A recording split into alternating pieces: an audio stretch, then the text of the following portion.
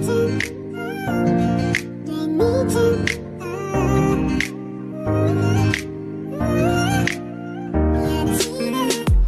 tình yêu nhỏ bé trao về anh, mãi yêu mình anh. Một bài ca em viết trao tặng anh, chỉ mỗi anh sẽ mãi luôn ở bên và luôn sát vai cùng anh. Lời ca đó sẽ trao đến cho riêng anh, dịu dàng luôn lắng nghe và luôn sẽ chia cùng anh. Dù ngày mai có mưa hay ngày mai nắng lên ngập tràn, một tình yêu nhỏ bé trao về anh, mãi yêu mình anh. Một tình yêu duy nhất trao về anh, người yêu hỡi. Dù ra sao anh sẽ luôn ở đây trong trái tim của em.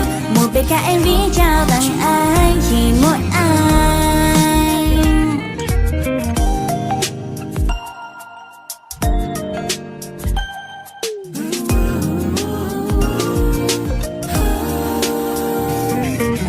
Sát cánh tay đến đây để em giữ anh thật chặt, bờ môi khẽ nói bao tiếng em yêu anh. Mi cùng tay nắm tay, trời sinh chúng ta một đôi. Dù ngày mai gió mưa mình cũng sẽ mãi bên cạnh nhau. Một tình yêu nhỏ bé trao về anh, mãi yêu mình anh.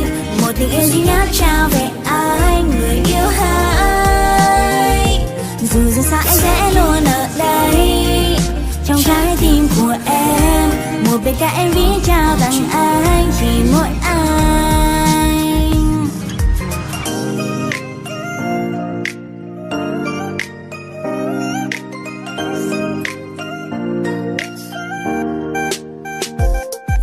Baby anh như là cơn gió mang theo yêu thương cho em đó. Yêu em không cần lo, em sẽ cho anh những gì mà em có. Bên em thôi xin anh đó, yêu em thôi xin anh đó. Em sẽ nắm chặt tay anh không cho anh thoát khỏi vòng tay em đâu cưng à. I need you now. Một tình yêu nhỏ bé trao về